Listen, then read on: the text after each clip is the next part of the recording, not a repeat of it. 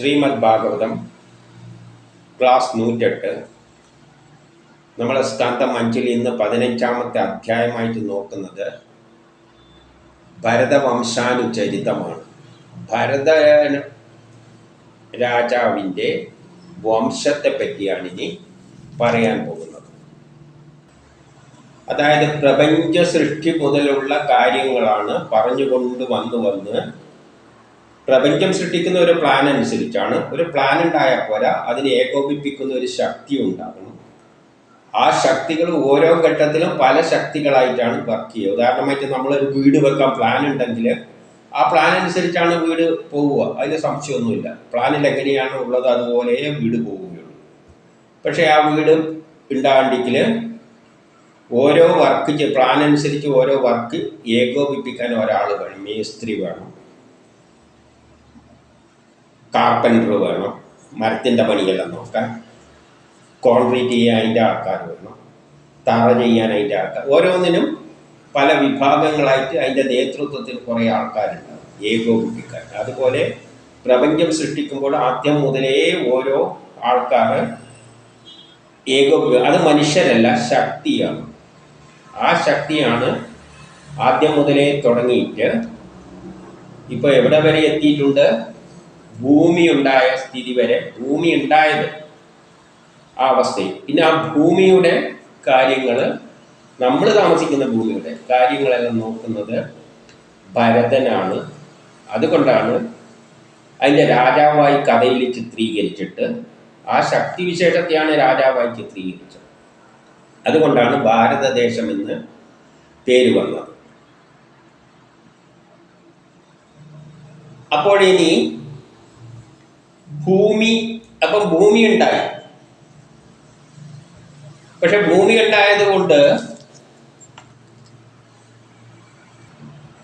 ആ ഭൂമിയിൽ കയറിയിട്ട് മനുഷ്യനങ്ങ് ഉണ്ടാകുമൊന്നുമില്ല. അതിന് പിന്നെയും വർഷങ്ങൾ, ഭൂമി ഉണ്ടായതിൻ്റെ ശേഷം തന്നെ എത്രയോ വർഷങ്ങൾ കഴിഞ്ഞ് പരിവർത്തനത്തിലൂടെ മനുഷ്യർക്കും ജീവജാലങ്ങൾക്കും താമസിക്കുവാൻ പറ്റുന്ന തരത്തിൽ ഉണ്ടായതിൻ്റെ ശേഷമേ ജീവജാലങ്ങൾ ഉണ്ടാവുകയുള്ളൂ. അപ്പോൾ ആ ഭൂമിയെ അതിനെ അനുയോജ്യമായി തീർക്കുന്നത് പല വർഷങ്ങളിലൂടെയാണ്, കാലഘട്ടങ്ങളിലൂടെയാണ്.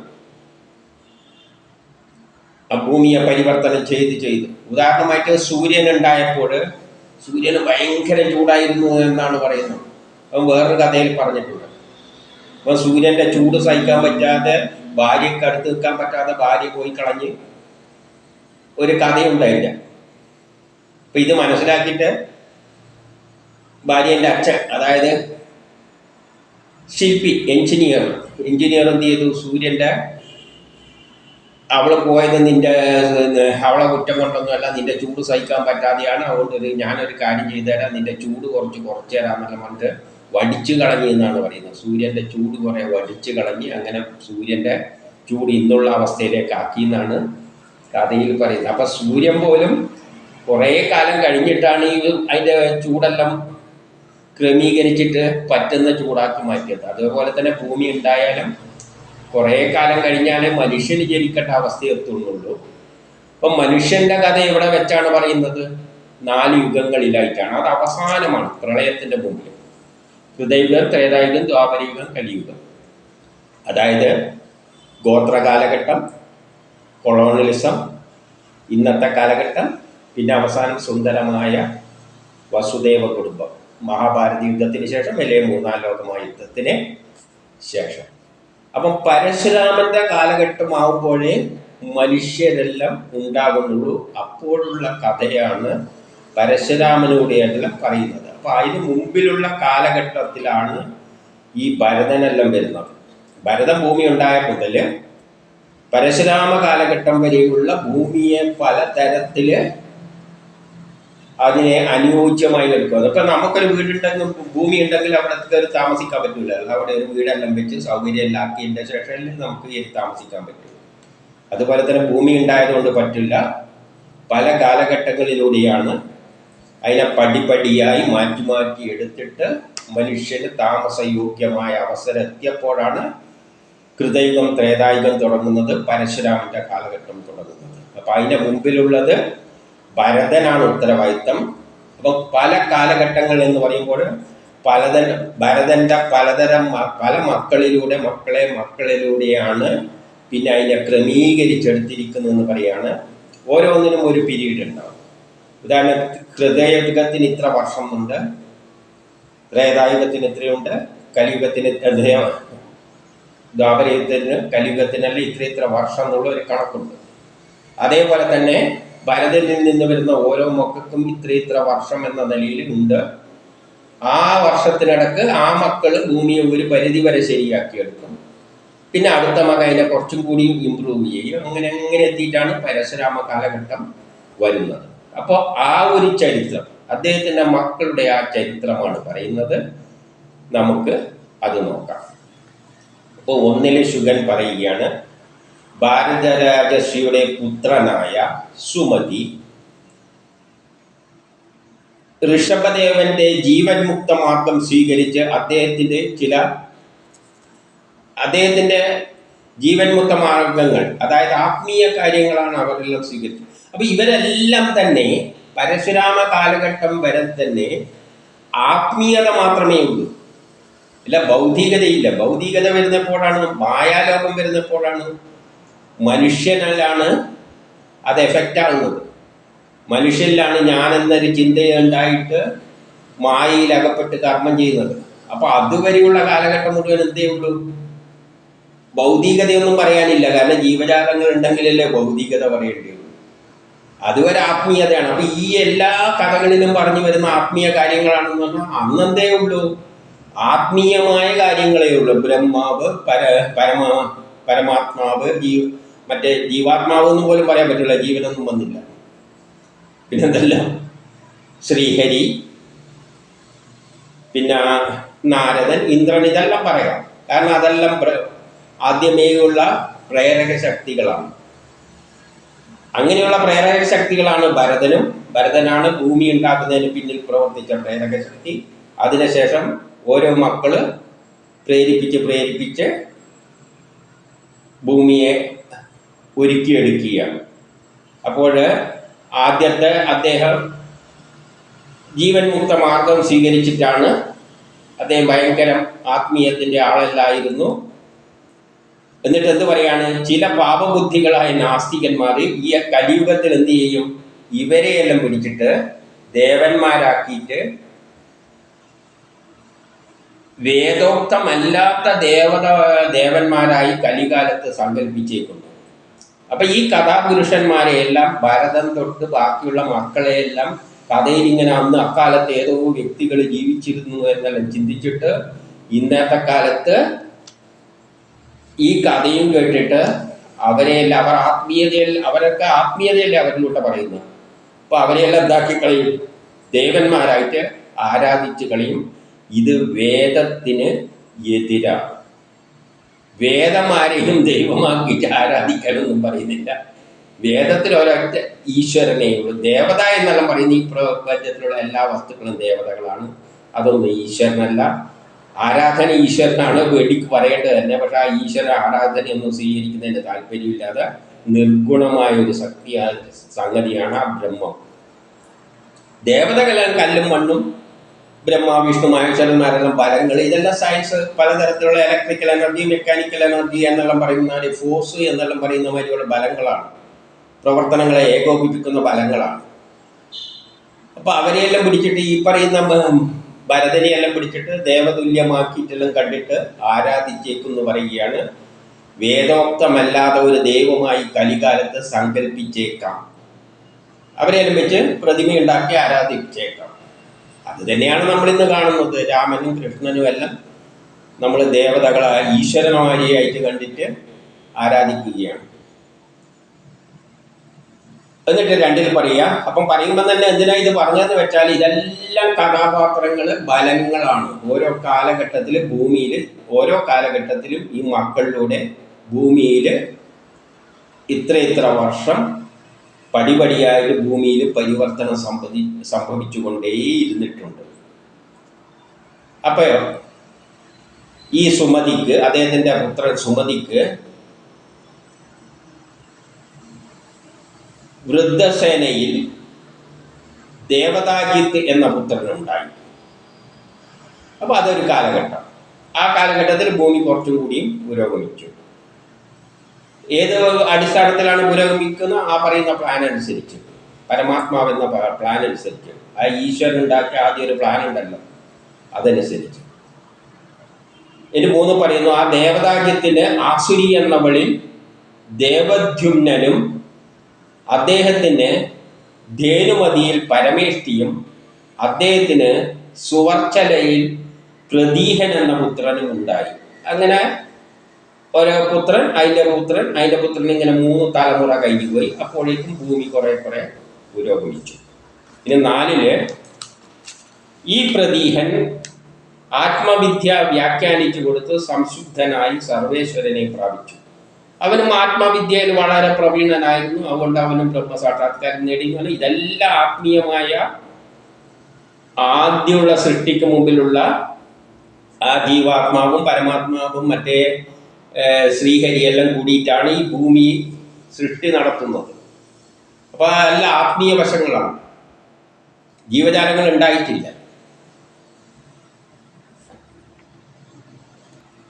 അത് യഥാർത്ഥ സൃഷ്ടിക്ക് മുമ്പിലുള്ള മനുഷ്യ ജീവജാലങ്ങളുടെ സൃഷ്ടിക്ക് മുമ്പിലുള്ള പ്രപഞ്ച സൃഷ്ടിയായിട്ട് ബന്ധപ്പെട്ട ഭൂമിയെ പരിവർത്തനം ചെയ്തെടുക്കുന്നതിന് പിന്നിലുള്ള ആ ശക്തി വിശേഷങ്ങളുടെ പ്രവർത്തികളാണ്.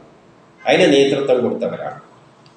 പിന്നെ 5 പറയുന്ന പ്രതീശന് പ്രതിഹർത്ത, പ്രസ്തോത, ഉദ്ഗാത എന്നീ 3 യജ്ഞനിപുണന്മാരായ പുത്രന്മാരുണ്ടായി. യജ്ഞം ചെയ്യാൻ കഴിവുള്ളവർ. അവരിലൂടെയാണ് ഭൂമിയെ പിന്നെ കൂടുതൽ പുരോഗതിയിലേക്ക് നയിച്ചത്. പ്രതിഹർത്താവിന് ശ്രുതിയിൽ അച്ഛൻ ബ്രഹ്മാവ് എന്നിവർ ജനിച്ചു. പ്രതിഹർത്താവിന്. പിന്നെ ബ്രഹ്മാവിന്, അതിലുണ്ടായ ബ്രഹ്മാവിന് ആറിൽ പറയുന്നു ഋഷകുല്യയിൽ ഉദ്ഗീതനുണ്ടായി. പിന്നെ ഉദ്ഗീതന് ബേകുല്യയിൽ പ്രസ്താവനും, പ്രസ്താവന് നീഴ്സയിൽ വിഭുവും, വിഭുവിന് രതിയിൽ പൃഥുക്ഷേണനും, പൃഥുക്ഷേണന് ആകൂതിയിൽ നക്തനും ജനിച്ചു. നക്തന് ധൃതിയിൽ ഗയ എന്ന പ്രസിദ്ധ രാജർഷി ഉണ്ടായി. അപ്പം ഇങ്ങനെ പല തലമുറകൾ കഴിഞ്ഞിട്ട് ഭൂമി അങ്ങനെ പുരോഗമിച്ച് വരികയാണ്. പല പരിവർത്തനങ്ങളും ഭൂമിയിൽ സംഭവിക്കുകയാണ്. അങ്ങനെയാണ് ഒരു കാലഘട്ടം വരുമ്പോൾ ഭൂമി മനുഷ്യവാസയോഗ്യമായിട്ട് മാറുന്നത്. ഇതിൻ്റെ എല്ലാം മുന്നിൽ പ്രവർത്തിച്ച ആ ശക്തിവിശേഷത്തെ പല പേരുകളിൽ പറഞ്ഞതായിട്ട്, എന്നിട്ട് ഈ ഭരതന്റെ മക്കളെയായിട്ട് പരമ്പരയായിട്ട് പറഞ്ഞതായിട്ട് മാത്രം കണ്ടാൽ അദ്ദേഹം ഗേയം ലോകരക്ഷയ്ക്ക് വേണ്ടി വിശുദ്ധ സത്താത്മകത രൂപം കൊടുത്ത കലയായിരുന്നു. ആര്? കല എന്ന് പറയുമ്പോൾ എന്താണ്? കലാപരമായിട്ടാണ് ഭൂമിയെ അലങ്കരിക്കുന്നത്, ഒരുക്കിയെടുക്കുന്നത്. അതുകൊണ്ട് വിശുദ്ധ സത്താത്മകത രൂപം കൊടുത്ത കലയായിരുന്നു എന്ന് പറഞ്ഞാൽ അത്രയും ഭൂമി കലാപരമായിട്ട് വികസിച്ചു വന്നത് ഈ ഗയന്റെ കാലഘട്ടത്തിൽ ആയിരുന്നു. അതുകൊണ്ട് മഹാമനസ്കത കൊണ്ട് മഹാപുരുഷൻ എന്ന നിലയെയും അദ്ദേഹം പ്രാപിച്ചു. അപ്പൊ ഈ ഘട്ടം എത്തിയപ്പോഴാണ് കലാപരമായിട്ട് ഭൂമിയെ അണിയിച്ചൊരുക്കിയത് എന്ന നിലയിൽ കാണാം. ഇനി 7 അദ്ദേഹം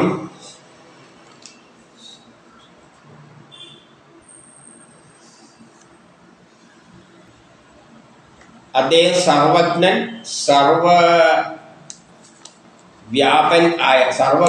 സർവജ്ഞനും സർവവ്യാപനുമായ ശ്രീ ഭഗവാനിലെല്ലാം സമർപ്പിച്ചുകൊണ്ട്, അതായത് ആ ശ്രീഹരിയിലെല്ലാം തൻ്റെ കർമ്മങ്ങളെല്ലാം ശ്രീഹരിക്കായി അർപ്പിച്ചുകൊണ്ടാണ് ഈ ഗയൻ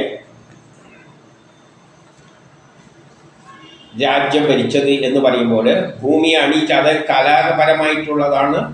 സർവജ്ഞൻ എന്ന പേരിലും പറയും. അവസാനം അദ്ദേഹത്തെ മഹാപുരുഷൻ എന്ന പേരിലും അറിയപ്പെടുന്നു എന്നെല്ലാം പറയുമ്പോൾ അദ്ദേഹത്തിൻ്റെ കാലഘട്ടത്തിലാണ് ഭൂമി ഏകദേശം നല്ലൊരു നിലയിലേക്ക് മാറിയത്. അപ്പോൾ അദ്ദേഹം എങ്ങനെയാണ് കർമ്മം ചെയ്തത്? സർവജ്ഞനും സർവവ്യാപിയുമായ ശ്രീ ഭഗവാനിൽ എല്ലാം സമർപ്പിച്ചുകൊണ്ട് പ്രജാപാലനം, പോഷണം,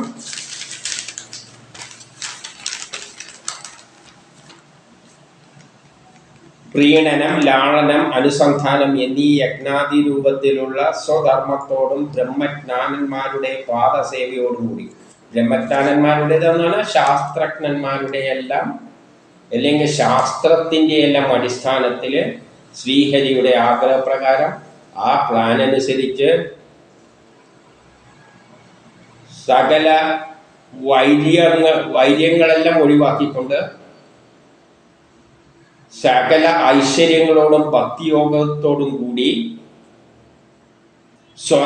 സ്വയം പലതവണ സംസ്കരിച്ച ചിത്തത്തോടുകൂടി അദ്ദേഹം എപ്പോഴും ശ്രദ്ധിച്ചിട്ട് ശ്രീഹരിക്ക് വേണ്ടി ആ പ്ലാൻ അനുസരിച്ച് അത്രയും ആത്മാർത്ഥതയോടുകൂടിയാണ് ഭൂമിയെ ഇങ്ങനെ ഒരു പ്രത്യേക നിലയിൽ മനുഷ്യവാസമാകാനുള്ള അവസ്ഥയിലേക്ക് പരിപാലിച്ച് രൂപപ്പെടുത്തിയെടുത്തത്. ദേഹേന്ദ്രിയങ്ങളുടെ ആസക്തി ഇല്ലാതെ, അതായത് അദ്ദേഹം ആ ശക്തി വിശേഷം എല്ലാം ശ്രീഹരിക്ക് വേണ്ടിയാണ്. കാരണം അതായത് ശ്രീഹരി എന്ന് പറയുന്ന ആദ്യത്തെ ശക്തിവിശേഷം ഭാവനയിൽ ഒരു ലോകം, ഒരു ഭൂമി ചിന്തിച്ചിട്ടുണ്ട്. മനുഷ്യർക്കെല്ലാം താമസിക്കാൻ പറ്റിയ തരത്തിലുള്ള ഒരു ഭൂമി. അതൊരു പ്ലാൻ ഉണ്ടാക്കിയിട്ട് ആ പ്ലാനിനാണ് പരമാത്മാവ് എന്ന് പറയുന്നത്. ആ പ്ലാൻ അനുസരിച്ച് ശാസ്ത്രത്തിൻ്റെ അടിസ്ഥാനത്തിൽ ശ്രീഹരിക്ക് വേണ്ടിയിട്ട് ആ ശക്തിവിശേഷം അതേപോലെ തന്നെ പരിവർത്തനം ചെയ്തെടുത്തു. ആ ശക്തിക്ക് ജ്ഞാൻ എന്ന പേര് കൊടുത്തു. അപ്പോൾ അദ്ദേഹത്തിന് എന്തില്ല, ആസക്തിയൊന്നുമില്ല, അദ്ദേഹത്തിന് വേണ്ടിയിട്ട് എന്നുള്ള നിലയൊന്നുമില്ല. തന്നെത്താൻ പ്രകാശിക്കുന്ന ആ ഒരു സ്വരൂപത്തിൽ നിരഹങ്കാരനായി ഭൂമിയെ പരിപാലിച്ചു എന്ന് പറയുകയാണ്.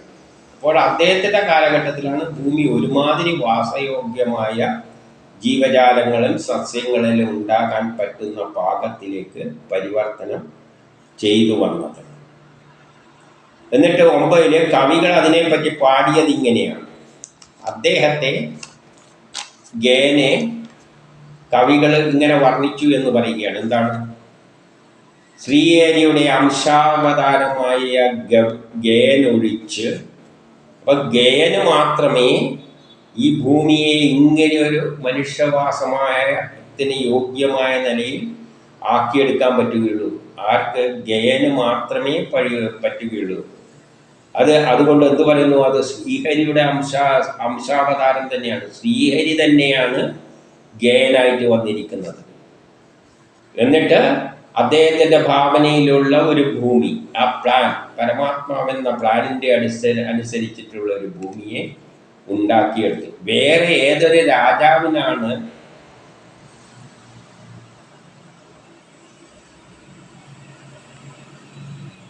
വേറെ ഏതൊരു രാജാവിനാണ് അത് സാധിക്കുക എന്ന് ചോദിക്കുകയാണ്, ജ്ഞാനല്ലാതെ. അപ്പോൾ രാജാവിനാണ് യാചകനായും അഭിമാനവാനായും അദ്ദേഹം അതിനുവേണ്ടി യാചക ഭാവത്തിലും ദൈവത്തെ സമീപിച്ചിട്ടുണ്ട്. അഭിമാനം, ശരിയായ നല്ല നിലയുള്ള അഭിമാനത്തോടുകൂടി ബഹുജ്ഞാനത്തോടുകൂടി ധർമ്മ സംരക്ഷണാർത്ഥം ഐശ്വര്യവാനായിക്കൊണ്ട് സജ്ജനങ്ങളുടെ സഭാ നേതാവായിക്കൊണ്ട് സജ്ജന സേവകനായിട്ട് കർമ്മങ്ങൾ അനുഷ്ഠിക്കുന്നത്. വേറെ ഏത് രാജാവിനാണ് ഇങ്ങനെ എല്ലാം പ്രവർത്തിക്കാൻ പറ്റുക?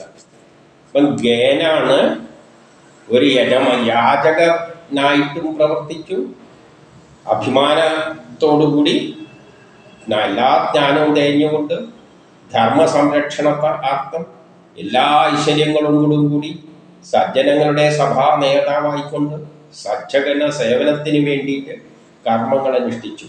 അത് വേറെ ഒരു രാജാവിനും അങ്ങനെ പ്രവർത്തിക്കാൻ പറ്റില്ല എന്ന് പറഞ്ഞാൽ ഈ ഭൂമിയെ മനുഷ്യവാസമാക്കാൻ പിന്നിൽ അവസാനം പ്രവർത്തിച്ച ശക്തിവിശേഷമാണ് ജ്ഞാൻ. അദ്ദേഹമാണ് മിനുക്കുപണിയെ, നമ്മൾ പറഞ്ഞാൽ അവസാനം വീടെല്ലാം കെട്ടിക്കഴിഞ്ഞാൽ അവസാനം ഒരു പെയിന്റ് അടിക്കുന്ന പണിയുണ്ടല്ലോ, അപ്പോഴാണത് തിളങ്ങുക.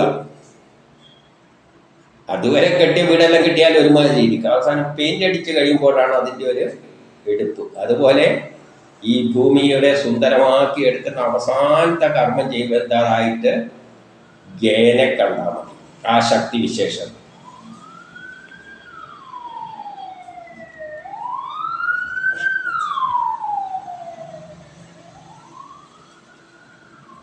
അപ്പൊ എന്നിട്ട് എന്ത് പറയാണ്? അപ്പം 10 പറയാണ്, സഫല കാമനോട് കൂടിയ ശ്രദ്ധാതി ദക്ഷപുത്രന്മാർ. ദക്ഷന്റെ പുത്രിമാർ എന്ന് പറഞ്ഞാൽ നമുക്കറിയാലോ, ദക്ഷനാറ്റങ്ങളാണ്. അല്ലെങ്കിൽ സൂര്യന്റെ ഓർബിറ്റിലെ അവസാനത്തെ ഓർബിറ്റാണ്. അല്ലെങ്കിൽ ഭൂമിയുടെ ഓർബിറ്റായിട്ട് എടുത്താൽ, നമ്മൾ ഭൂമിയിലാണല്ലോ ഉള്ളത്, ഭൂമിയുടെ ഓർബിറ്റാണ് ദക്ഷൻ. ഈ ഓർബിറ്റുകളാണ് ആ ഭൂമിക്ക് ആ ഒരു സ്വഭാവം ഉണ്ടാക്കിയെടുക്കുന്നത്. കാരണം സൂര്യന്റെ ഭ്രമണപഥങ്ങളിൽ ബുധൻ, ശുക്രൻ, ഭൂമി, ചൊവ്വ, വ്യാഴം, ശനി, യുറാനസ്, നെപ്റ്റ്യൂൺ, പ്ലൂട്ടോ എന്നെല്ലാം പഠിച്ചിട്ടുണ്ടെങ്കിലും ദക്ഷൻ എന്ന് പറയുന്നത് ഭൂമിയുള്ള ഓർബിറ്റാണ്. ആ ദക്ഷന്റെ പ്രത്യേകത കൊണ്ടാണ് ഭൂമി മാത്രം ഇത്രയും സുന്ദരമായി താമസിക്കാനിടയായത്. ഭൂമിയുള്ള ഓർബിറ്റാണ് ദക്ഷൻ. ദക്ഷന്റെ പുത്രിയായിട്ടാണ് ശിവന്റെ ഭാര്യനെല്ലാം പറഞ്ഞിട്ടുള്ളത്. ഇപ്പം ഭൂമിയുടെ ഓർബിറ്റ്, ആ ഓർബിറ്റിന്റെ പ്രത്യേകത കൊണ്ടാണ് ഭൂമി ഇത്രയും സുന്ദരമായത്, മനുഷ്യന് പാർക്കാൻ പറ്റിയത്. അതുകൊണ്ട് ശ്രദ്ധാതി ദക്ഷപുത്രന്മാർ, ഈ ദക്ഷന്റെ ഓർബിറ്റിന്റെ പുത്രിമാർ പുണ്യനദീജലത്തോടെ യാതൊരുവിനെ അഭിഷേകം ചെയ്തു. ആ ദക്ഷന്റെ പുത്രിമാരെല്ലാം ഈ രാജാവിനെ പുണ്യനദികളാൽ അഭിഷേകം ചെയ്തു.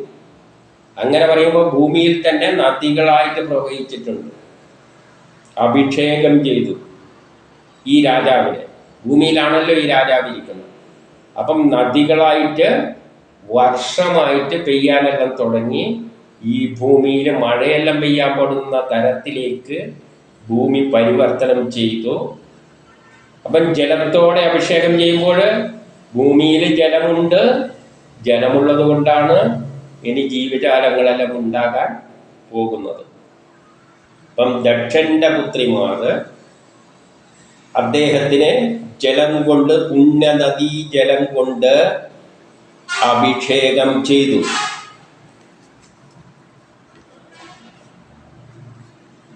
കാമനാരഹിതനായ രാജാവിന്റെ പ്രജകൾക്ക് ഭൂമിദേവി ചുരത്തുന്നായ അവിടോടുകൂടിയ സമസ്ത കാവങ്ങളെയും കറന്നേകിയിരുന്നു. ഭൂമി എന്ത് ചെയ്തു? അപ്പോൾ ആ രാജാവുണ്ടാക്കിയ ആ ദേശത്തെ പ്രജകൾക്കായിക്കൊണ്ട് അതിൻ്റെ അകിടിൽ നിന്നും സകസ്ത കാമങ്ങളെയും കറന്നേകി നൽകി.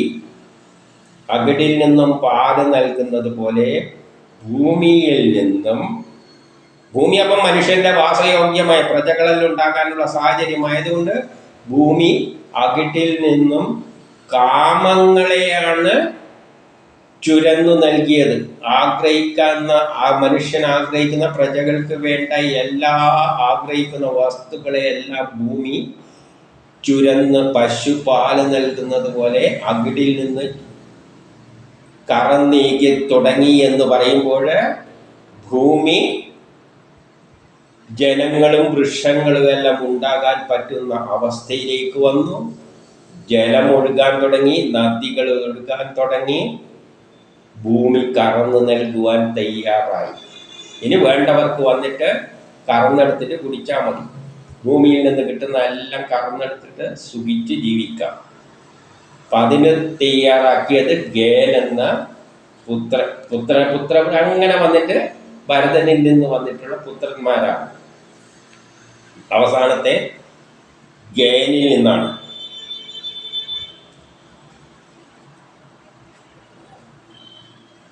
കാമനാരഹിതനെങ്കിലും 11 പറയാണ്, അവന് ഈ കാമങ്ങളിലൊന്നും താല്പര്യമില്ല. എങ്കിലും വേദങ്ങളും വേദകർമ്മങ്ങളും പ്രജകൾക്ക് സകല കാമിതങ്ങളെയും നൽകിയിരുന്നു. വേദങ്ങളുടെ അടിസ്ഥാനത്തിൽ, വേദങ്ങളിൽ പറയുന്ന ശാസ്ത്രത്തിൻ്റെ അടിസ്ഥാനത്തിൽ ആ ഭൂമി എല്ലാതരം സൗഭാഗ്യങ്ങളും ജനങ്ങൾക്ക്, ഇനിയുണ്ടാകുന്ന മക്കൾക്ക് കറന്നു നൽകുവാൻ തയ്യാറായി നിന്നു. ഏതിൻ്റെ അടിസ്ഥാനത്തിൽ? സയൻസിൻ്റെ അടിസ്ഥാനത്തിൽ.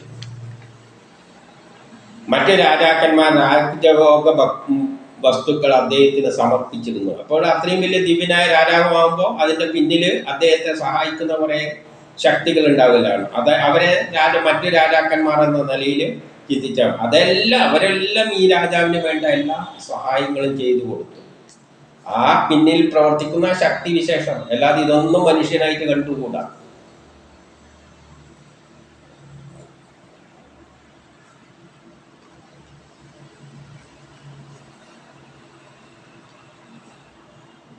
മുറക്കൊത്ത പരിപാലനം കൊണ്ട് പൂജ്യരായ ബ്രാഹ്മണർ മരിക്കുമ്പോൾ ധർമ്മഫലങ്ങളുടെ 1/6 രാജാവിന് സമർപ്പിക്കും. അതായത് ബ്രാഹ്മണർ എന്ന് പറയുമ്പോൾ ശാസ്ത്രത്തിൻ്റെ അടിസ്ഥാനത്തിലാണ് അന്ന് എല്ലാ കർമ്മങ്ങളും നടന്നിരുന്നത്. അങ്ങനെ ശാസ്ത്രത്തിൻ്റെ അടിസ്ഥാനത്തിൽ, സയൻസിൻ്റെ അടിസ്ഥാനത്തിൽ, ബ്രാഹ്മണർ എന്ന് പറയുമ്പോൾ ജ്ഞാനം, ആ ജ്ഞാനത്തിൻ്റെ ബുദ്ധിയുള്ള ആൾക്കാർ എന്നെല്ലാം പറയുമ്പോൾ ആ ബുദ്ധി ഉപയോഗിച്ചിട്ട് തന്നെയാണ്. അവിടെ ജീവജാലങ്ങളൊന്നുമില്ല, പക്ഷെ സയൻസിൻ്റെ അടിസ്ഥാനത്തിൽ തന്നെയാണ് ഇതെല്ലാം സംഭവിക്കുന്നത്. അങ്ങനെ സംഭവിക്കുമ്പോൾ 1/6 രാജാവിന് സമർപ്പിച്ചു എന്ന് പറയുമ്പോൾ ശാസ്ത്രത്തിൻ്റെ സഹായത്താൽ ഭൂമിയിൽ 1/6 തയ്യാറായി നിന്നു. ബാക്കിയല്ലേ ഇനി വരുന്നവർ വേണം സംസ്കരിച്ചെടുക്കാൻ. ഭൂമിയിൽ എന്തുണ്ട്? കളിമണ്ണെല്ലാം ഉണ്ട്. പക്ഷെ കളിമണ്ണ് എന്ന് പറയുന്നത് ശുദ്ധമായ അവസ്ഥയിലൊന്നുമല്ല. അതെല്ലാം പിന്നെ നമ്മൾ വന്നിട്ട് എടുത്തിട്ട് വേണം ശുദ്ധീകരിച്ച് നല്ല പാത്രങ്ങൾ ഉണ്ടാക്കാനോ. അല്ലെങ്കിൽ സ്വർണം ഭൂമിയിലുണ്ട്, പക്ഷെ അന്ന് ശുദ്ധമായ അവസ്ഥയിലല്ല. അതെല്ലാം കോരിയെടുത്ത് ശുദ്ധീകരിച്ചാക്കുമ്പോൾ 1/6 അവിടെ ആ ശാസ്ത്രലോകം, ശാസ്ത്രം, സയൻസ് ഭൂമിയിൽ 1/6 ഉണ്ടാക്കി വെച്ചിട്ടുണ്ട്. ബാക്കി 5 മനുഷ്യർ വന്ന് സംസ്കരിച്ചെടുത്തോളം. ആ തരത്തിലാണ് ഭൂമി ഉണ്ടാക്കിയത്. കാരണം ഭൂമിയിലെ എല്ലാ വസ്തുക്കളും ഉണ്ട്, പക്ഷെ അതിനൊന്നും നമുക്കിപ്പോൾ പാറയുണ്ട്. പാറേനെ കൊണ്ട് നമുക്കെന്താ കാര്യം? പാറേനെ കൊണ്ട് 1/6 ആവുന്നുള്ളൂ. പിന്നെ 5 നമ്മൾ പാറയെടുത്ത് പൊട്ടിച്ച് ചെത്തി മിനുക്കി എല്ലാക്കിയിട്ട് നമ്മൾ വീട്ടിന് ഉപയോഗിക്കുന്ന തരത്തിൽ കല്ലാക്കി കഴിഞ്ഞാൽ വീട് നിർമ്മിക്കാം. ബാക്കിയെല്ലാം നമ്മളതിനെ ശരിയാക്കി എടുത്തോളണം. പ്രപഞ്ചമാകുന്ന ശാസ്ത്രജ്ഞന്മാര്, ബ്രാഹ്മണന്മാര്, ശാസ്ത്രജ്ഞന്മാര് ഈ വസ്തുക്കളെയെല്ലാം 1/6 സംസ്കരിച്ചിട്ട് ഈ രാജാവിന് നൽകിയിട്ടുണ്ട്. എന്ന് പറഞ്ഞാൽ ഭൂമിയിലുള്ള വസ്തുക്കളെല്ലാം 1/6 സംസ്കരിച്ചതാണ്. ബാക്കി ഇനി നമ്മൾ വന്നിട്ട് മനുഷ്യരെല്ലാം വന്നിട്ട് സംസ്കരിച്ചിട്ട് അതെല്ലാം എടുത്തിട്ട് കെട്ടിടങ്ങൾ ഉണ്ടാക്കിയോ റോഡുകൾ ഉണ്ടാക്കിയെല്ലാം ചെയ്തോണം. അതിനുള്ള വേണ്ട സാധനങ്ങളെല്ലാം ഒരുക്കി വെച്ചിട്ടുണ്ട്. പക്ഷേ പൂർണ്ണമായിട്ടൊന്നുമല്ല, അത് പൂർണ്ണമായിട്ടൊന്നും ചെയ്തിട്ടില്ല. 1/6 ചെയ്തു കൊടുത്തിട്ടുണ്ട്. ഇത് 12 പറയാണ്, ധാരാളം സോമം കൊണ്ട് യജ്ഞം നടത്തിയപ്പോൾ ആ സോമത്താൽ മത്തടിച്ച ഇന്ദ്രൻ ഇരിക്കവേ. അപ്പോൾ അന്ന് സോമങ്ങൾ കൊണ്ട്, ഏത് സോമം എന്ന് പറഞ്ഞാൽ എന്ത് ചെയ്യാൻ ഉപയോഗിക്കുന്ന വസ്തുക്കൾക്കാണ് സോമം എന്ന് പറയുക. നമ്മൾ ചോറുണ്ടാക്കുന്നിടയ്ക്ക് സോമം എന്ന് പറഞ്ഞാൽ ചോറിന് വേണ്ട വസ്തുക്കൾ എന്തെല്ലാണ്? അരിയാണ്, വെള്ളമെല്ലാണ്, അഗ്നിയെല്ലാണ്. അത് സോമമാണ്. ആ സോമം കൊടുക്കുമ്പോഴാണ് ഇന്ദ്രൻ വന്നിട്ട് അതിനെയെല്ലാം ചേർത്തിട്ട് ചോറാക്കി തരുന്നത്. അരിയും വെള്ളവും ഇന്ദ്രന് കൊടുക്കുമ്പോൾ ഇന്ദ്രൻ അത് ചേർത്തിട്ട് നമുക്ക് ചോറാക്കി തരും. അതുപോലെ അന്നത്തെ സൃഷ്ടി സമയത്ത് ഉള്ള വസ്തുക്കൾ, ആറ്റങ്ങൾ, തന്മാത്രകളെല്ലാം എടുത്തിട്ട് ഈ സോമം കൊണ്ട്, ധാരാളം സോമം കൊണ്ട്, അപ്പൊ ഈ പ്രപഞ്ചത്തില് സൃഷ്ടി നടത്താൻ എത്ര സോമം വേണം? ഈ പ്രപഞ്ചം മുഴുവൻ സൃഷ്ടിക്കണം. അതിന്റെ ശേഷം ഭൂമി ഉണ്ടാക്കണം. ഭൂമിയിലും എന്തെല്ലോ ഉണ്ടാക്കി വെച്ചിട്ടുണ്ട്. ഭൂമിയിൽ സ്വർണം ഭൂമിക്കടിയിലുണ്ട്, പെട്രോൾ ഉണ്ട്, മറ്റേയുണ്ട്, എല്ലാം ഉണ്ട്. നമ്മളിതെല്ലാം എടുത്ത് ഉപയോഗിക്കുകയുള്ളൂ. അപ്പൊ അതിനെല്ലാം സോമം കൊണ്ടാണ് അതെല്ലാം ഉണ്ടാക്കിയിരിക്കുന്നത്. ആറ്റങ്ങളെ കൊണ്ട്, തന്മാത്രകളെ കൊണ്ട് അതെല്ലാം ഉണ്ടാക്കുമ്പോൾ അതിന്റെ പിന്നിൽ പ്രവർത്തിച്ച ശക്തി വിശേഷന്മാരാണ്, ഇന്ദ്രനാണ്. അപ്പൊ ഈ സോമനെല്ലാം ആർക്കാണ് കൊടുക്കുക? ഇന്ദ്രനാണ് കൊടുക്കുക. നമ്മൾ അരിയും വെള്ളും അഗ്നിനെ ആർക്കാണ് കൊടുക്കുന്നത്? ഇന്ദ്രനാണ് കൊടുക്കുന്നത്. ഇന്ദ്രൻ അതിനകത്ത് ഇരുന്നിട്ട് ഇതിനെല്ലാം കൂട്ടിച്ചേർത്തിട്ടാണ് ചോറാക്കി തരുന്നത്. അതിനെല്ലാം ഇന്ദ്രൻ ഭുജിക്കും. ഇപ്പൊ ഇന്ദ്രൻ അത് എടുക്കും. നമ്മൾ കൊടുക്കുന്ന അരിയും വെള്ളവും ഇന്ദ്രൻ തിന്നിട്ട് അഗ്നിയെയും ഇന്ദ്രൻ ഭക്ഷിച്ചിട്ട് നമുക്കെന്ത് തരും? പിന്നിലോട്ട് ചോറ് തരും. ഇൻപുട്ട് സിസ്റ്റം എടുത്തിട്ട് സിസ്റ്റം ഔട്ട്പുട്ട് തരും. സിസ്റ്റം അകത്തുള്ള ആ ഒരു ഇതിനാണ് ഇന്ദ്രൻ എന്ന് പറയുന്നത്. അപ്പോൾ അന്നും പ്രപഞ്ചത്തിന് വേണ്ട ബ്രാഹ്മണര ബുദ്ധിയുള്ള ശാസ്ത്രജ്ഞൻ സയൻസിന്റെ പിൻബലത്തോടെ അന്നേരത്തെ ശക്തിവിശേഷങ്ങൾ സയൻസിന്റെ അടിസ്ഥാനത്തിൽ ഈ വസ്തുക്കളെല്ലാം സോമങ്ങളെല്ലാം കൊടുക്കുമ്പോൾ ഇന്ദ്രൻ അത് അത്രമാത്രം സോമമാണ് കൊടുത്തിരിക്കുന്നത്. കാരണം പ്രപഞ്ചം ഭൂമി ഉണ്ടാകാൻ അതെല്ലാം ഇന്ദ്രൻ അടിച്ച് മത്തടിച്ചിട്ട് കിടക്കുമ്പോൾ ഇന്ദ്രനിരിക്കവേ, മത്തനായ ഇന്ദ്രനിരിക്കവേ യജ്ഞസ്വരൂപനായ വിഷ്ണു തന്നെ, ഇതിൻ്റെ എല്ലാം നേതൃത്വം അവിടെ ഇരുന്നിട്ട് വിഷ്ണു ആണ് ചെയ്യുന്നത്. വിഷ്ണു അവിടെ സമർപ്പിക്കപ്പെട്ട യജ്ഞഫലം സ്വീകരിക്കുന്നു. വിഷ്ണു തന്നെ വന്നിട്ട് ഈ ഉണ്ടായ സാധനങ്ങളെല്ലാം സ്വീകരിക്കുന്നു, ഭൂമിയെ സ്വീകരിക്കുന്നു. അതായത് വിഷ്ണു എങ്ങനെയാണോ വിഭാവനം ചെയ്തത് അത്തരത്തിലുള്ള ഒരു ഭൂമിയെ, പ്ലാൻ അനുസരിച്ച് തന്നെ ഭൂമിയെ, മനുഷ്യനും ജനങ്ങളും എല്ലാം ജനിക്കാൻ യോഗ്യമായ ഒരു ഭൂമിയെ ഗയൻ തയ്യാറാക്കി കൊടുത്തു. ഇന്ദ്രൻ അതിന് വേണ്ട സഹായങ്ങളെല്ലാം കഴിച്ചു. ഇന്ദ്രൻ അങ്ങനെ മത്തടിച്ച് അതെല്ലാം എടുത്ത് തിന്നിട്ട് പ്രൊഡക്റ്റ് കൊടുത്തിട്ട് ഭൂമി നല്ല സുന്ദരമാക്കി കൊടുത്തിട്ട് മത്തടിച്ച് കിടക്കുമ്പോൾ വിഷ്ണു വന്ന് അത് സ്വീകരിച്ചു.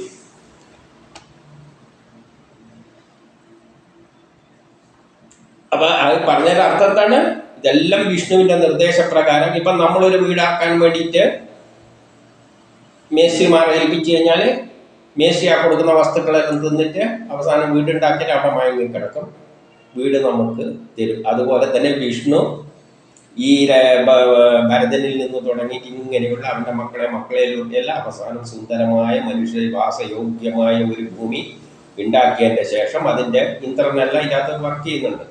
അവരെല്ലാം മത്തടിച്ച് കിടക്കുമ്പോൾ വിഷ്ണു വന്നിട്ട് അത് സ്വീകരിച്ചു.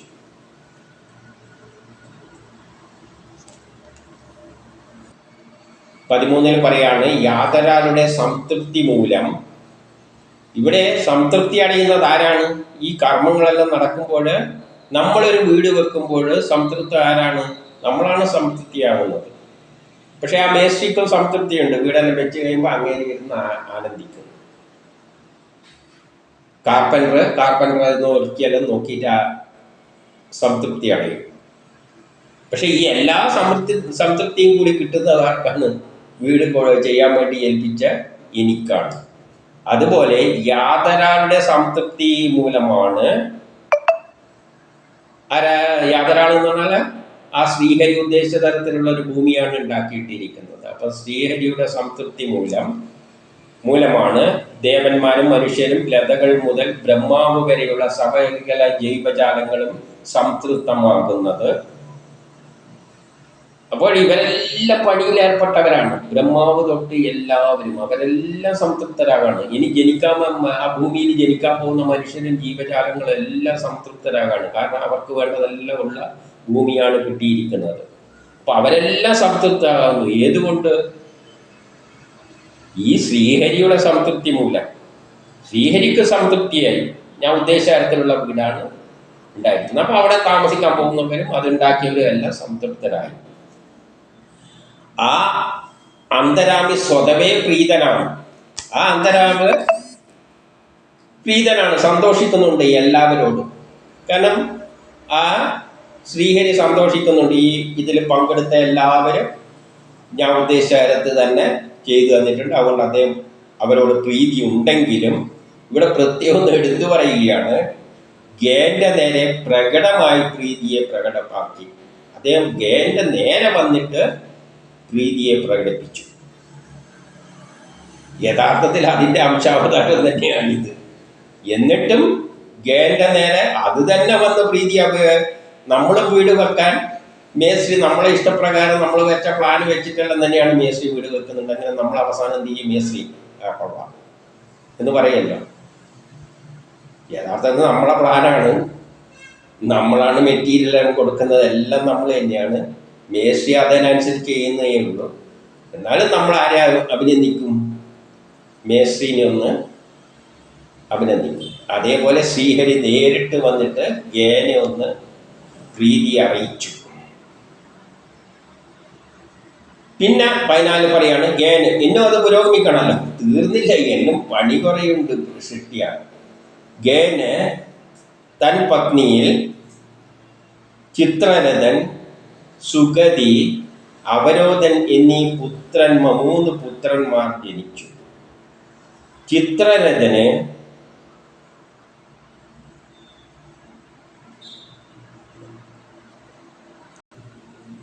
ഊർണിയിൽ സമ്രാട്ട് എന്നവനും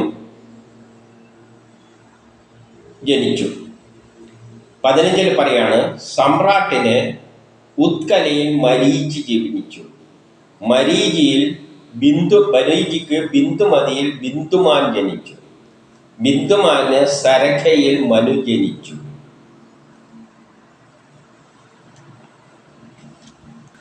മനു അല്ല, മധു ജനിച്ചു. ബിന്ദുമാന് സരഖയിൽ മധു ജനിച്ചു. മധുവിന് സുമനസ്സെന്നവനിൽ വീരവ്രതൻ ജനിച്ചു. വീരവ്രതന് ഭോജയിൽ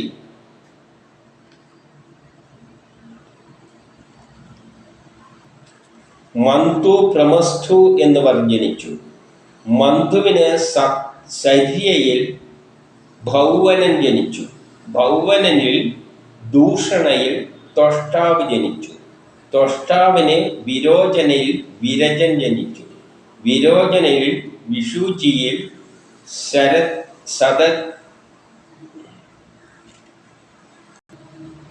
സതജിത്ത് അടക്കം 100 പുത്രന്മാരും ഒരു കന്യകയും ചെയ്തു.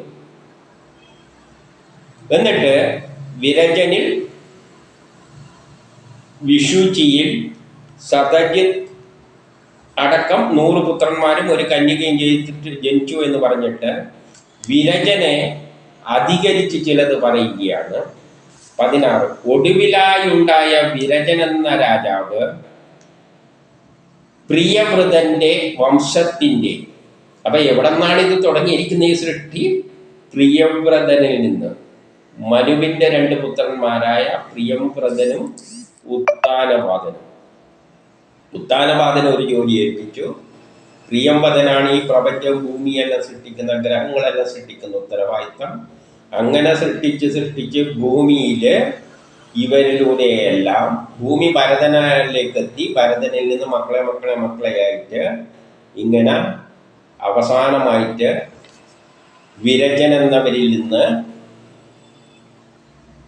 എന്ത് ചെയ്തു എന്ന് പറയുകയാണ്. ഒടുവിലുണ്ടായ വിരജൻ എന്ന രാജാവ് പ്രിയംവ്രതന്റെ വംശത്തെ വിഷ്ണു ഭഗവാൻ ദേവസമൂഹത്തെ എന്ന പോലെ കീർത്തിയാൽ അലങ്കരിച്ചു. അപ്പം ഈ വംശം അവസാനം വിരജനിൽ വന്ന് നിന്നു. അതോടുകൂടി ഭൂമി അതിൻ്റെ പൂർണ്ണ സൃഷ്ടി നടത്തേണ്ട പൂർണ്ണ രൂപത്തിലേക്ക് രൂപാന്തരം പ്രാപിച്ചു. മറ്റേത് കഴിഞ്ഞിട്ടും, നേരത്തെ പറഞ്ഞ ഗേയം കഴിഞ്ഞിട്ടും പിന്നെയും കുറേ പണികളെല്ലാം നടന്നിട്ടുണ്ട്. അങ്ങനെയാണ് ഇപ്പൊ അവസാനത്തെ നിലയിലേക്ക് എത്തിയിരിക്കുന്നത് ഇവിടെ വിരജനില്. അതോടുകൂടി അതെന്ത് പറ്റി? അതിൻ്റെ ഏറ്റവും മാക്സിമം ലെവലില് ആ വംശത്തിന്റെ പാരമ്പര്യം വിഷ്ണു ഭഗവാൻ ദേവസമൂഹത്തെ പരിപാലിക്കുന്നത് പോലെ ഈ പ്രിയംവ്രതനിൽ നിന്ന് അവസാനത്തെ വിരജനിലെത്തിയപ്പോൾ ഈ കീർത്തി, ഈ ഭൂമിയുടെ പ്രപഞ്ചത്തിന്റെ കീർത്തി ഏറ്റവും മഹത്തരമായിട്ട് മാറി, ആ നിലയിലേക്ക് എത്തിച്ചേർന്നു. ഇനി നമ്മൾ കാണാൻ പോകുന്നത് എന്താണെന്ന് വെച്ചാൽ ഈ ഭൂമിയുടെ ഘടനകളും എല്ലാമാണ് ഇനി അടുത്തേൽ പറയാൻ പോകുന്നത്. ഇങ്ങനെ ഉണ്ടായ ഭൂമിയുടെ ഘടനകളെല്ലാമാണ് ഇനി പറയാൻ പോകുന്നത്. അതിൻ്റെ ഹെഡിങ് എന്താണ്? ഭൂഗോള വർണ്ണനം. അപ്പൊ അങ്ങനെ ഒരു ഭൂഗോളം ഉണ്ടാക്കി. ഇപ്പൊ നമ്മളൊന്ന് മനസ്സിലാക്കേണ്ടത് ഇതുവരെയുള്ളതെല്ലാം ഈ പ്രപഞ്ചം ഉണ്ടാക്കുമ്പോൾ, ഭൂമി അടക്കമുള്ള പ്രപഞ്ചം ഉണ്ടാക്കുന്നതിനും അതിൽ നമ്മൾ താമസിക്കുന്ന ഭൂമിയെ അണിയിച്ചൊരുക്കുന്നതിൻ്റെ പിന്നിലും പ്രവർത്തിച്ച ശക്തിവിശേഷങ്ങളാണ്. അതെല്ലാം ഒരു പ്ലാൻ അനുസരിച്ച്, ആ പ്ലാനിനാണ് പരമാത്മാവ് എന്ന് പറയുന്നത്. അതായത് നിർഗുണമായ ബ്രഹ്മത്തിന് ഒരു സുന്ദരമായ ലോകം ഉണ്ടാക്കണമെന്ന് ആഗ്രഹമുണ്ടായി. അപ്പം ആദ്യം പ്രപഞ്ചം സൃഷ്ടിച്ചു. പ്രപഞ്ചത്തിൽ മനുഷ്യർക്കെല്ലാം താമസിക്കാനുള്ള ഭൂമി ഒരുക്കി വെച്ചു. ഇനി ഈ ഭൂമിയിൽ വേണം ജീവജാലങ്ങൾ ഉണ്ടാകുക. അപ്പോൾ മുതലാണ് ഭൗതിക മായയുടെ പൂർണ്ണ രൂപത്തിൽ അത് പ്രകടമാകുന്നത്. ഇതും മായാലോകം തന്നെ, ബ്രഹ്മത്തിന് നിർഗുണമായ ബ്രഹ്മമാണ്. അതൊരു ഭൂമിയല്ല പ്രപഞ്ചമെല്ലാമായിട്ട് മാറി, അത് മായയിൽപ്പെട്ടത് തന്നെ. പക്ഷെ ശരിയായ മായ രൂപത്തിൽ ഞാൻ എൻ്റേത് എന്നല്ല ചിന്ത വരുന്ന തരത്തിൽ പോകുന്നത് എപ്പോഴാണ്? മനുഷ്യരും ജീവജാലങ്ങളും ഉണ്ടാകുമ്പോഴാണ്. അത് ഇനി വരാൻ പോകുന്നേ ഉള്ളൂ. അപ്പം ഈ ഭൂമി ഒരുക്കി കെട്ടിടം കെട്ടി, ഒരു മേസ്ത്രി കെട്ടിടം എല്ലാം കെട്ടി ഒരുക്കി കൊടുക്കുന്ന മാതിരിയുള്ള അവസ്ഥയിൽ ഭൂമിയെ കെട്ടി ഒരുക്കി കൊടുത്തിരിക്കുകയാണ്.